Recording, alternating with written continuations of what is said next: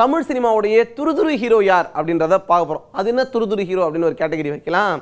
ஸ்க்ரீனில் வந்து எப்பயுமே ஆக்டிவாக இருக்காங்க. காமெடி, டான்ஸு இதிலெல்லாம் பட்டாசு கிளப்பக்கூடிய எல்லாத்துலேயும் பயங்கர ஆக்டிவாக இருக்கக்கூடிய ஹீரோக்களுக்கான பட்டியல் எடுத்தோம். இதில் பார்த்தீங்க அப்படின்னா பல பேரையும் யோசிச்சோம். அவர் அப்படின்னு, ஐயோ அவருக்கு காமெடி வராது, இவருக்கு டான்ஸ் வராது அப்படின்னு சொல்லிட்டு ஒவ்வொருத்தங்களா எலிமினேட் பண்ணி பல பேருடைய ஒப்பீனியன் அடிப்படையில் இந்த டாப் 5 உருவாயிருக்கு. ஸோ இந்த டாப் 5ல யார் யாருக்கெல்லாம் இடம் கிடைச்சிருக்கு அப்படின்றத பார்க்கலாமா?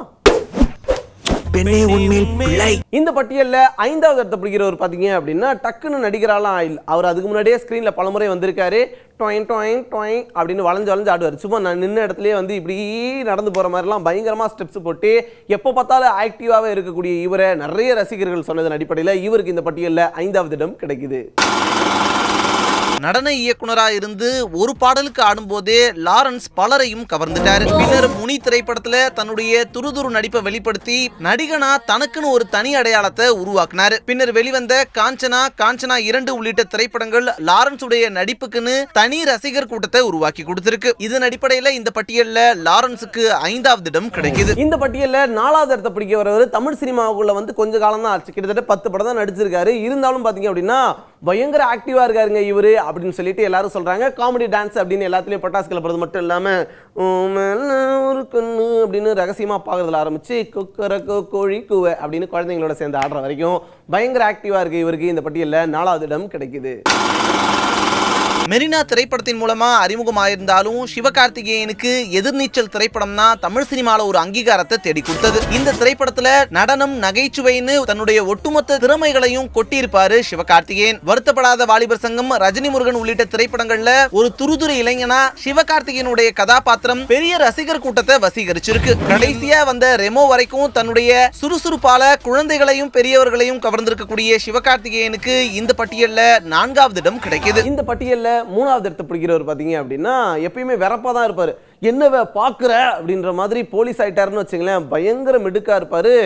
ஆனா வந்து அவருக்கு டக்குன்னு சாக்லேட் பாய் ரோல் கொடுத்துட்டா, நான் இதை உன்கிட்ட சொல்லியே ஆகணும், நீ அவ்வளோ அழகு அப்படின்ற மாதிரி பயங்கர ஆக்டிவா இருப்பாரு ஸ்கிரீன்ல. அது மட்டும் இல்லாம பேசிக்கலி வாட்ச் மெக்கானிக் அப்படின்ற மாதிரி துருதுருன்னு பல கேரக்டர்களையும் வெளிப்படுத்தியிருக்காரு. அதனால இவருக்கு இந்த பட்டியல்ல 3வது இடம் கிடைக்குது.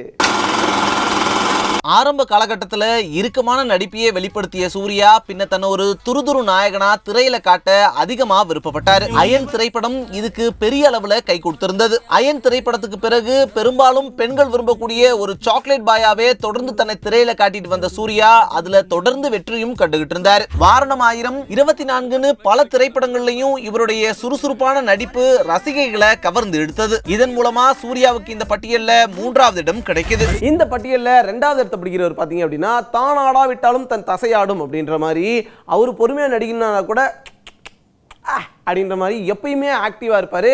செம்மையா டான்ஸ் ஆடுறது, துருதுருன்னு காமெடி பண்றது அப்படின்ட்டு ரசிகர்களை கவர்ந்ததுல இவருக்கு இந்த பட்டியல்ல 2வது இடம் கிடைக்குது.